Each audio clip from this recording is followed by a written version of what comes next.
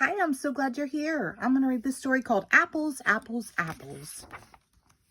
We were at the Pinkville Orchard. It was apple harvest day. Peter and I found the map of the farm. I read the names of the different apple trees. Pink, wow, I shouted.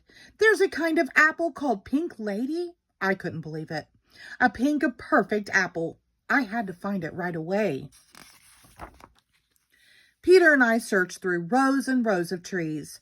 We found red apples, green apples, giant apples, and tiny apples, but no pink ladies. Keep looking, Peter, I said. They've got to be here somewhere. Oh, Pinkalicious, Peter called from behind me. Look what I found. I turned around and saw my little brother with his arms full of round, rosy apples. Pink ladies for a pink lady, he said. Peter and I giggled as we put the apples in our wagon. Let's get some more, I said. We ran back and forth until we filled up the wagon. More? Asked Peter. More, I answered. By the time Mommy and Daddy found us, our apple pile was an apple pyramid of pink, beautiful pink ladies. Oh dear, Mommy said. What are we going to do with all this fruit? Said Daddy. Peter and I looked at each other. We hadn't thought of that. We rode home very carefully and very slowly. Peter and I kept looking back to make sure the apples didn't fall off the wagon. Oh dear, said Mommy again. Straight ahead of us was a giant hill. Mommy looked at Daddy. Peter looked at me. Uh-oh, I said. Up, up, up we climbed. We pedaled and pushed our way to the top. At long last, we were almost home. I could see all of Pinkville down below. I was so excited to get home that I started pedaling faster. Wait, said Daddy, be careful or the apples will. Daddy didn't get to finish his sentence. He was interrupted by the sound of rolling apples. The pink ladies fell off the wagon and went flying down the hill. We tried to catch them, but they were rolling much too fast. In just a few seconds, the streets of Pinkville were covered with fruit. Come on, I yelled, we have to get our apples. Peter and Mommy ran one direction. Daddy and I ran in another. We followed the apples as they tumbled down the street, picking them up one by one. We searched high and low for our missing pink ladies. Mommy and Peter found a bunch that had rolled into the schoolyard. Mr. Swizzle had some by the front door of his ice cream parlor. I saw 3 hiding under the rose bushes in Pinkville Park.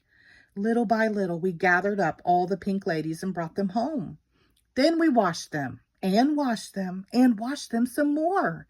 Some of them were a little bit bruised, but they were still good enough to eat. So we ate them all week. We had apples with every meal. Apple cake and apple crumble, apple sauce, and apple cider. Sliced apples, diced apples, dried apples, fried apples, even apple ice cream. By Friday, we had eaten nothing but apples, and we still had many left. It felt like we were never going to finish. That night, I thought about how we had too many apples and not enough people to eat them. And I thought about how my family had looked for the pink ladies' apples all over town. That's when I had an idea. Since we couldn't eat all the apples on our own, maybe we could share them with the rest of Pinkville and call it Apple Appreciation Day. The next day, I brought a shiny fresh apple and a whole apple pie to school and gave it to Miss Penny.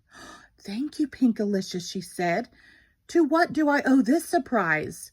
It's Apple Appreciation Day, I said. I appreciate you, Miss Penny. So you get an Applicious treat. Thank you for being the best teacher ever. My friend Allison was out sick, so when I got home, Mommy and I went over to her house with a basket of apples.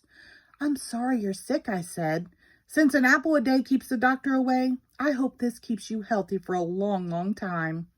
Allison giggled. She bit into an apple. I feel better already, she said. Everywhere we went, we handed out apples and apple treats. Finally, we reached Mr. Swizzle's shop. We gave him a small container of apple ice cream. Mr. Swizzle, you spend all day making sweet treats for everyone in Pinkville, I said. This time, we wanted to make something delicious for you. Happy Apple Appreciation Day. Mr. Swizzle took one bite. This is marvelous. This is excellent. This is positively Appalicious, he said. What do you call it? Pink Lady Supreme, I said with a smile. By that evening, we had given away almost all our apples. We had only one left. Looks like Apple Appreciation Day was a huge success, says Mommy and Daddy, giving me a big hug. Then Mommy took the last apple out of the basket. This one's for you, Pinkalicious, she said as she cut it in half and twisted it open. Inside there was a star. A pink lady with a star inside, said Daddy. That sounds like someone I know. Thanks for being so generous with the apples and for thinking of other people, said Mommy and Daddy. You are our star.